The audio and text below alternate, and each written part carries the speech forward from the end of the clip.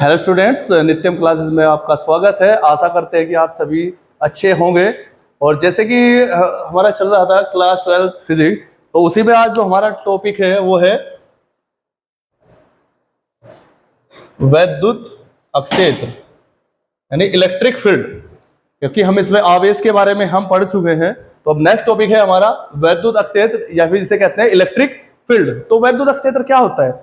जैसे मान लीजिए कोई आवेश है आपके पास, यानी पॉजिटिव चार्ज है, इसके चारों ओर का वह क्षेत्र जिसमें अगर हम किसी अन्य चार्ज को लेके आए, मान लीजिए अगर प्लस को लेके आए तो वो प्रतिकर्षण महसूस करे, और निगेटिव को लेके आए यानी माइनस को तो वो आकर्षण बल का महसूस करे। यानी किसी आवेश अथवा आवेशित निकाय, किसी आवेश अथवा आवेशित निकाय के चारों ओर का वह क्षेत्र जिसमें कोई अन्य आवेश वैद्युत बल का अनुभव करे, वैद्युत क्षेत्र कहलाता है। जैसे मान लीजिए वैद्युत बल हमारे पास दो प्रकार का होता है, एक आकर्षण और एक प्रतिकर्षण। अगर मान लीजिए हम इसके पास कोई प्लस चार्ज लेके आते हैं तो वहां पे क्या लगेगा? प्रतिकर्षण। और माइनस लेके आते हैं तो क्या लगेगा? हमारा आकर्षण बल। तो यहां से अगर हमारी डेफिनेशन की बात करें तो डेफिनेशन होती है कि किसी आवेश अथवा निकाय के चारों ओर का वह क्षेत्र, किसी आवेश अथवा आवेशित निकाय का चारों ओर का वह क्षेत्र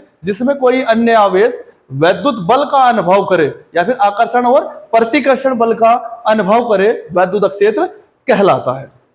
ठीक है, बात करें अब वैद्युत क्षेत्र, नेक्स्ट जो है वो है इंटेंसिटी ऑफ इलेक्ट्रिक फील्ड, यानी वैद्युत क्षेत्र की तीव्रता। वैद्युत क्षेत्र की तीव्रता, इंटेंसिटी ऑफ इलेक्ट्रिक फील्ड किसे कहते हैं? अब अगर मान लीजिए ये कोई भी हमारा यहाँ पर परीक्षण आवेश दिया है, ये वैद्युत प्लस आवेश के कारण कोई क्या है? वैद्युत क्षेत्र है। और इसमें हम कोई एक परीक्षण आवेश यानी टेस्ट चार्ज लेके आते हैं Q0, और टेस्ट चार्ज हमेशा ऑलवेज क्या होता है? पॉजिटिव होता है। टेस्ट चार्ज क्या लेते हैं हम? Always positive. मान लीजिए एक आपका टेस्ट चार्ज है Q0, उसको किसी इलेक्ट्रिक फील्ड यानी वैद्युत क्षेत्र के अंदर लेके आते हैं। ठीक है, तो इस यूनिट चार्ज यानी यूनिट टेस्ट चार्ज पर जितना फोर्स लगेगा, इस यूनिट चार्ज पर जितना फोर्स लगेगा वही अमाउंट आपका क्या कहलाता है? Intensity of electric field. यानी बात करें कि वैद्युत क्षेत्र में किसी धन परीक्षण आवेश यानी वैद्युत क्षेत्र में किसी धन परीक्षण आवेश पर लगने वाला बल, यानी वैद्युत क्षेत्र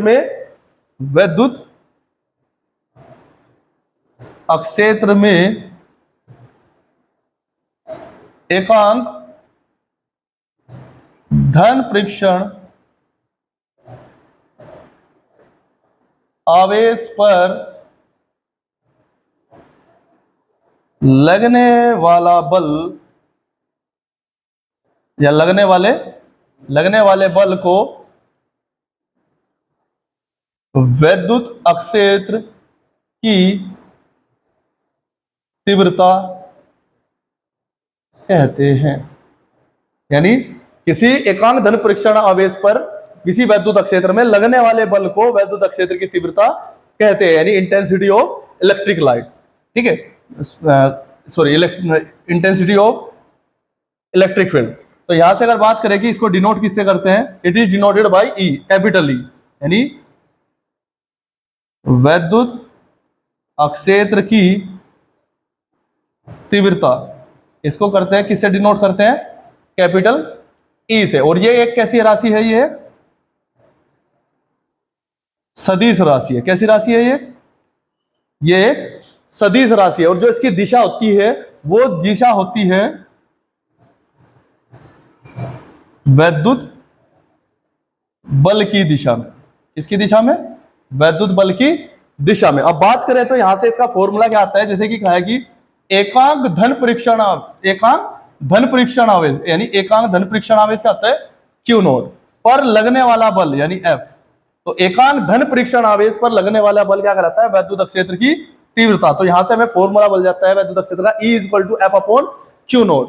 अब बात करें इसके मात्रक की, बात करें तो इसके यूनिट क्या हो जाएगी? अब इसकी वैद्युत क्षेत्र की यूनिट, तो यहां पे अब देखिए, अभी हमने भी जो फॉर्मूला निकाला है इंटेंसिटी ऑफ इलेक्ट्रिक फील्ड यानी ई का जो फॉर्मूला है वो है F/Q0। अब बात करें इसकी यूनिट क्या हो जाएगी, तो यूनिट यानी अगर हम यहाँ से E की यूनिट निकालते हैं, यानी वैद्युत अक्षेत्र का मात्रक, वैद्युत अक्षेत्र की तीव्रता का मात्रक, यानी unit of intensity of electric field क्या हो जाएगी यहां से, unit of force upon unit of charge, यानी बल की यूनिट अपॉन चार्ज की यूनिट। तो ये क्या हो जाएगी, फोर्स की जो यूनिट होती है वो क्या आती है, न्यूटन। क्या आती है, न्यूटन। और जो चार्ज की होती है वो होती है आपकी कूलाम। तो यहां से आपका जो वैद्युत क्षेत्र की तीव्रता E की यूनिट हो जाएगी न्यूटन पर कूलाम। अब बात करें इसकी विमा की, वो विमा, अब हमें पता है न्यूटन यानी फोर्स की जो विमा होती है M_L_T-2। और जो चार्ज है, क्योंकि चार्ज Q इक्वल टू होता है आपका IT, यानी यहां से इसकी विमा हो जाएगी, यानी I करंट को एम्पियर और टाइम T, यानी जो चार्ज की विमा यहां से हो जाएगी वो क्या हो जाएगी AT। तो अगर यहां पे रखते हैं हम AT, तो यहां से हमें जो मिलती है वैद्युत क्षेत्र की तीव्रता की विमा वो हो जाएगी आपकी ML। अब T यहाँ पे प्लस है, ऊपर जाएगी तो ये भी माइनस हो जाएगी, तो T-3 A-1, यानी यहां से जो हमें इलेक्ट्रिक फील्ड की इंटेंसिटी है उसकी जो विमा मिलेगी वो क्या होगी ML_T-3 A-1। यहां से अगर मैं इसकी SI यूनिट निकाल लूं तो SI यूनिट क्या हो जाएगी, M यानी मास किलोग्राम, L फॉर लेंथ यानी मीटर, और टाइम यानी सेकंड की पावर -3 और एम्पियर की पावर -1, यानी यहां से आपको ये यूनिट मिल सकती है इसकी SI यूनिट। अब बात करें यहां से, नेक्स्ट टॉपिक है हमारा, नेक्स्ट है electric field lines. Electric field lines, तो इलेक्ट्रिक फील्ड लाइंस यानी वैद्युत क्षेत्र रेखाएं। तो वैद्युत क्षेत्र रेखाएं क्या होती है, वैद्युत क्षेत्र में खींची गई वे काल्पनिक रेखाएं या निष्कोण वक्र, यानी वैद्युत क्षेत्र में खींची गई काल्पनिक रेखाएं या निष्कोण वक्र जो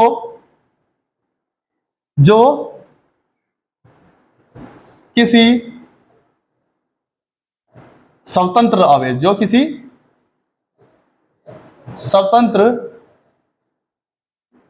आवेश, को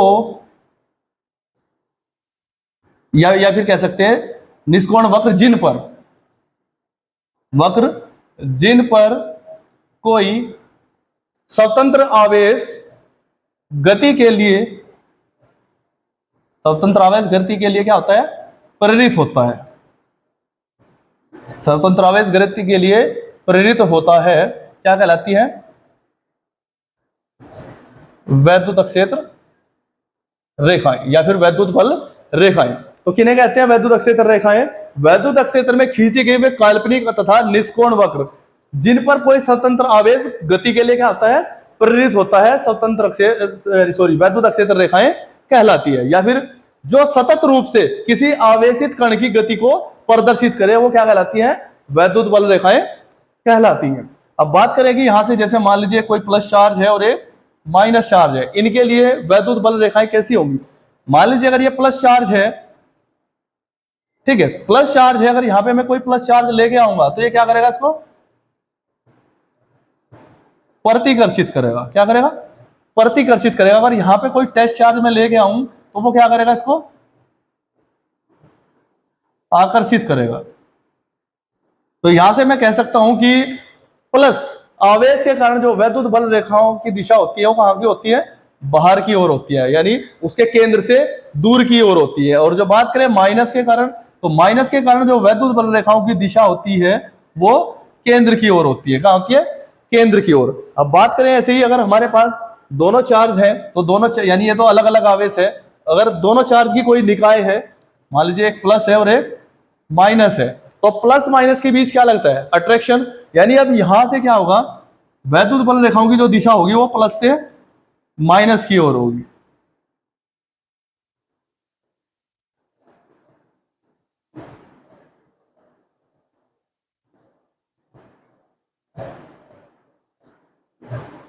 यानी प्लस से निकलती है और कहां पे जाएंगे, माइनस पे। यानी प्लस से निकलकर कहां पहुंचेगी, माइनस पे। तो अब यहां से बात करें कि वैद्युत बल रेखाओं के गुण क्या होते हैं, तो फर्स्ट इज, जो इसमें फर्स्ट इनका जो गुण है वो क्या है कि ये धनावेश से जो इनकी दिशा होती है, दिशा कहां होती है इनकी,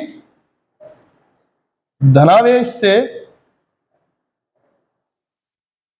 ऋणावेश की ओर, धनावेश से ऋणावेश की ओर। अब बात करते हैं सेकंड। तो सेकंड अगर इसकी बात करें तो ये क्या हो सकती है, इन पर खींची गई स्पर्श रेखा, इन पर खींची गई स्पर्श रेखा या किसी बिंदु पर, इन पर किसी बिंदु पर खींची गई स्पर्श रेखा उस बिंदु पर वैद्युत अक्षेत्र की दिशा को प्रदर्शित करती है। यानी मान लीजिए अगर ऐसे दिया, जैसे हमने भी वैद्युत अक्षेत्र बल रेखाएं निकाली थी, जैसे प्लस और ये माइनस। तो अगर मैं यहां पे मान लीजिए इस बिंदु पर इसकी स्पर्श रेखा खींचता हूं, तो ये स्पर्श रेखा क्या बताती है, इस पॉइंट पर वैद्युत क्षेत्र की दिशा को प्रदर्शित करती है। नेक्स्ट पॉइंट की बात करें तो नेक्स्ट पॉइंट, जैसे कि अभी हमने बताया कि ये प्लस से माइनस की ओर ऐसे क्लोज, अगर मान लीजिए हमारे पास दोनों ही क्या है, प्लस प्लस चार्ज है, तो देखो यहां से भी दूर की ओर जाएगी, लेकिन प्लस प्लस में क्या होगा, आपका रिपल्स यानी प्रतिकर्षण होगा। क्या होगा, प्रतिकर्षण। तो यहां से कह सकते हैं कि यहां तो हमारा जो वक्र है वो क्लोज है, लेकिन यहाँ पे वो क्या है, खुला हुआ है। यहाँ पे क्या है, क्लोज यानी बंद है, और यहाँ पे क्या है, खुला हुआ है। तो यानी इसका मतलब क्या है कि वैद्युत बल रेखाओं का जो यह है वो खुला भी हो सकता है वक्र, और बंद भी हो सकते हैं। ठीक है, ये खुली तथा बंद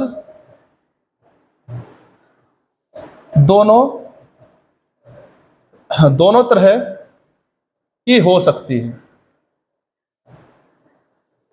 ठीक है, बात करें अगर फोर्थ पॉइंट, तो फोर्थ पॉइंट हमने अभी बताया था कि अगर स्पर्श रेखा खींचे तो वो क्या करेगी, उसकी उस बिंदु पर वैद्युत क्षेत्र की दिशा को प्रदर्शित करे। तो इसका मतलब ये है कि दो बल रेखाएं, दो वैद्युत क्षेत्र या बल रेखाएं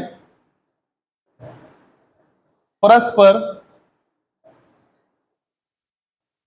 एक दूसरे को नहीं काटती, एक दूसरे को नहीं काटती। क्यों नहीं काटती, मान लीजिए अगर एक स्पर्श रेखा ये है और एक स्पर्श रेखा ये है, अगर ये दोनों अगर ये एक बल रेखा ये है और एक बल रेखा ये है, इस पॉइंट पर ये एक दूसरे को कट कर रही है, तो अगर मैं इस रेखा की स्पर्श रेखा खींचूं तो वो इस प्रकार होगी, और इसकी खींची हुई स्पर्श रेखा तो वो इस प्रकार होगी। तो यानी इस पॉइंट पर इस कथन के अनुसार, यानी स्पर्श रेखा क्या बताती है, उस बिंदु पर वैद्युत क्षेत्र की दिशा। तो यहां पर अगर मैं स्पर्श रेखा खींचता हूं तो मुझे वैद्युत क्षेत्र की दो दिशाएं मिलती हैं, जो कि संभव नहीं है। यानी अगर ऐसा करूंगा मैं कि दो स्पर्श रेखाएं एक दूसरे को काटती है, तो उस बिंदु पर क्या होगा, वैद्युत क्षेत्र की दो दिशाएं होंगी, जो कि संभव नहीं है। तो इस प्रकार हम कह सकते हैं कि दो वैद्युत बल रेखाएं परस्पर कभी नहीं काटती, क्योंकि कटान बिंदु पर वैद्युत क्षेत्र की दो दिशाएं होंगी, जो कि संभव नहीं है। अब बात करें फिफ्थ की, तो फिफ्थ क्या होगा यहां की, अगर एक समान वैद्युत क्षेत्र है, एक समान वैद्युत क्षेत्र में वैद्युत बल रेखाएं परस्पर समांतर होती हैं, परस्पर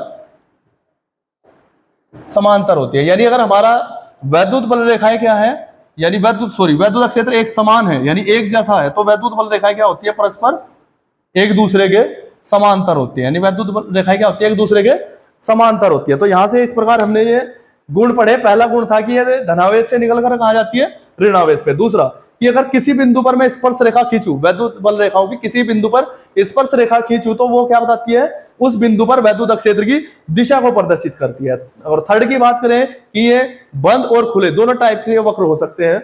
नेक्स्ट फोर्थ कि दो वैद्युत बल रेखाएं परस्पर एक दूसरे को नहीं काटती। क्यों नहीं काटती? क्योंकि कटान बिंदु पर वैद्युत अक्षेत्र की दो दिशाएं होंगी जो कि संभव नहीं है।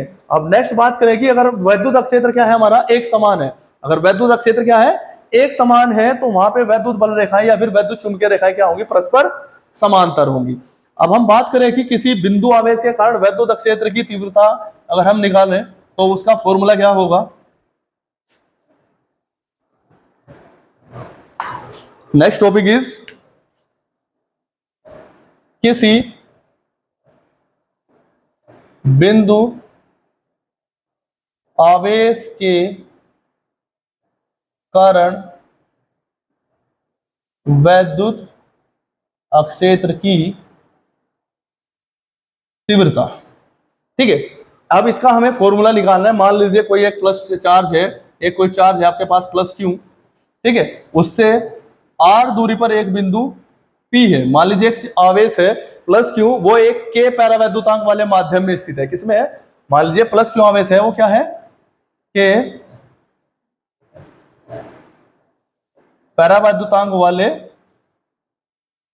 माध्यम में स्थित है। और जिससे आर दूरी पर एक बिंदु क्या है, जिससे आर दूरी पर एक बिंदु P है, जिस पर क्या करना है मुझे, जिस पर वैद्युत क्षेत्र की तीव्रता ज्ञात करनी है। जिस पर वैद्युत क्षेत्र की तीव्रता क्या है, ज्ञात करनी है। माना P पर कोई धन परीक्षण आवेश Q नोट स्थित है। Q नोट स्थित है। अगर मैं यहाँ पे एक क्या करूं, एक टेस्ट चार्ज यानी Q नोट रख दूं, तब इसके कारण इस पर क्या लगेगा, अब ये भी प्लस है और ये भी प्लस है, यानी इसके कारण जो इस पर एक प्रतिकर्षण बल लगेगा, यानी प्लस है और प्लस के कारण क्या होगा, प्रतिकर्षण लगेगा। इसलिए वैद्युत क्षेत्र की दिशा हो जाएगी वो हमारी ये बाहर की ओर हो जाएगी। समझ में आया यहाँ तक? तो यानी अगर मान लीजिए कोई धन परीक्षण आवेश Q नोट लगा है तो इसके कारण इस पर क्या लगेगा, बल। तो प्लस Q के कारण Q नोट पर वैद्युत बल F इक्वल टू कितना हो जाएगा, 1/4 पाई एप्सिलॉन नोट के, क्योंकि वो किस में रखा है, के पैरावैद्युतांक वाले माध्यम में स्थित है, Q naught upon R square.